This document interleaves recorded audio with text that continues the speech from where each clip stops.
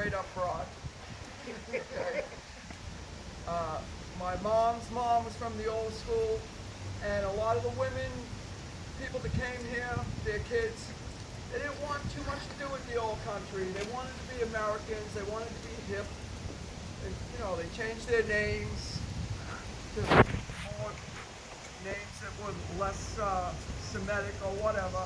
But anyway, to me, she was the epitome of that generation. It's a great generation, I feel. Like crazy. They don't make people like that anymore. They call people from World War II scholar the greatest generation. They're one of them, I think. But when I became a parent, there was a lot of things that I didn't appreciate back in the day. But my mother told me, when you have children, you're going to understand why I'm making you so miserable right now. And I didn't get it as a kid. And in turn, I didn't want to be like my mom and my mom's friends. I thought I was hipper and more clever. But until you have kids, you realize there's an eternal struggle that parents have with their children that I think every generation has to deal with. I wasn't looking close with my mom, and I wish I had been closer with my sister. I'm the only male in the family. Kind of tough for me. But my mother was pretty good about that stuff. She got me a big brother, a Jewish big brother, as a kid. And we grew up in the projects. It's kind of tough. Everything's steel and concrete and brick. She made sure I was able to go to camp in the woods and spend 2 months out of the year. 3 days after school got out, I'd go to camp, overnight camp, real camp, and come home 3 days before school started. And I loved being in the woods and doing all that stuff. And my mother had to pull a lot of strings to get me to go to camp. So when I had to think about how close am I to my mother when things got towards that time. And like I said, I wasn't close to my mom, but lo and behold, I moved to Brighton, and I had no idea. My mother lives at the end of my street. How crazy strange is that? The person that I haven't been a good son, I haven't tried to have anything to do with her, and now I have a kid, and my mom lives up the street from me. It was unbelievable. I couldn't freaking believe that. So I had an obligation. I wanted my son to have a Jewish bubby. He had a Grammy on the other side of my beautiful family, and it's very strict, straight style setup. And my mother was like, she's like another version of Joan Rivers in a lot of ways. You know what I mean? She was a hip broad. Great analogy. For real. My mother hung out with mafia princesses. She used to go to prison with these girls and bring these guys that were in the front page of the newspaper, their cigarettes and money. I mean, got Ronnie the Animal, Barboza. Where you going, Mom? Lefty the Butcher. I'm gonna bring him cigarettes. Okay, stuff like that I didn't get as a kid, but I thought it was pretty cool in a weird way afterwards. But so when my mom lived at the end of the street, I decided I was going to have a relationship with her. I have to be a parent, and I want my son to walk in my footsteps. I got to walk the walk. I can't just do that like back in the day. Do as I say, not as I do. Thing. It doesn't flow. It really doesn't in practice. So I started a new relationship with my mother. And my son had a much better relationship. He could do no wrong. And, unbelievable.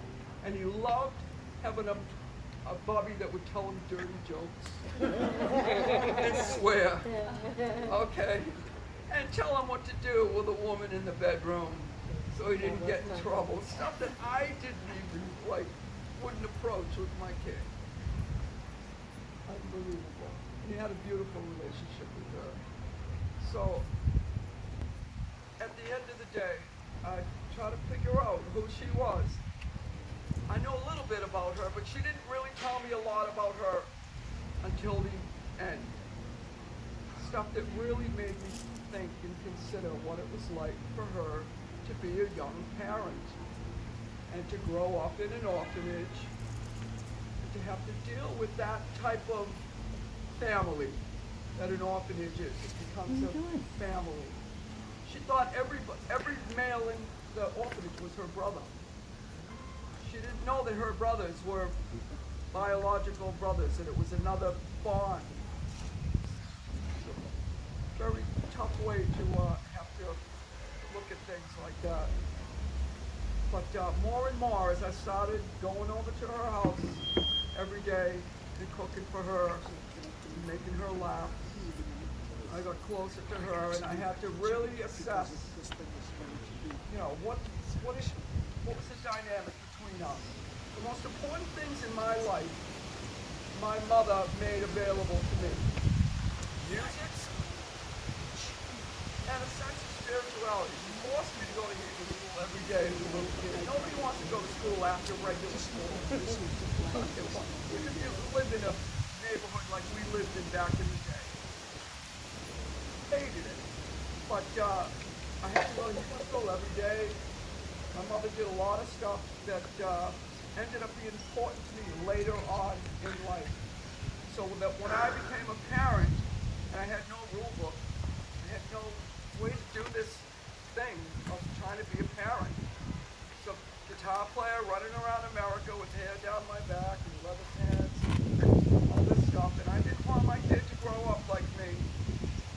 I took a page out of my mother's book, how she did things with the stuff that I knew that was good for me. And I went down that road. And all that information was in my back pocket my whole life. I had no idea. And that stuff also, of course, worked out well for me to become a man, to become a parent that I wanted to be. So, in the long run, she gave me an inheritance that I couldn't spend. Everybody calls this spirituality what they call it. It doesn't matter what you call it, your higher power, this or that. Okay? But my mother made sure it was there, whether I took advantage of it or not. And I really, really appreciated that when I had to embark on being a parent. Especially in this modern age, where Turner Classic movie style people are just like in the background more nowadays, because everybody's hip, everybody's clever. And I have my mother to thank for that I was able to do what she did and make sure that my son had a taste of that I could plant those seeds that my mother planted in me. We plant seeds, we hope stuff grows. Some stuff grows, doesn't. But the music thing was the thing that saved my life. And my mother made sure that I had that going, even though she was tough about that too. She bought me an electric guitar, and I said, where's the amplifier? She said, what? You're crazy. I just spent $100 on you. Go get a paper route. Okay? I didn't have an amplifier for 4 years. It helped my guitar playing, believe it or not, being able to play quietly and cleanly. It's very good for my playing. And the biggest thing I remember about the music thing is I ended up pawning my guitar when I was 16 years old, and I was a mess. And when my mother saw that guitar wasn't in the house, she marched me down to the place where I pawned it and got it back for me. And I couldn't believe that she would do that for me. And she did it in a heartbeat. And she said, listen, I'll do this for you 2 more times. But the 3rd time, you're in trouble and you have no equipment, you're on your own. I never had to bother my mother again about getting that stuff out. And I didn't ask her to do that. She did that on her own. That's a huge thing for me. It's unbelievable that she did that for me. So, in the middle of the night, I would wake her up and ask her if I played something right. She never said, go to sleep, I'm sleeping, don't bother me. She made me sit there at 2 o'clock in the morning until I played it correctly. Okay? That's a big thing to me. So, when I had to put everything on the scale, that I'm not, for whatever reasons, I thought I'm not close to my mother, I don't want to be close to my mom. These huge things hit me, tilt the scale like this. Unbelievable for me to have to look at this in retrospect. And even though I didn't feel close to my mom until the end, I was profoundly affected, physically and emotionally, when she passed. I can't imagine what it would be like for people that felt like they had a strong, dynamic relationship with their parent and knew that they were in love and respected their parent, to have to go through what I went through. Must be, I can't even imagine it. But now, the way that it is, and I'm calming down about everything, she left me a legacy, and like I said, she gave me an inheritance that I can't spend. My music just grows and grows and grows, and I hope it will grow and grow to the end of my days.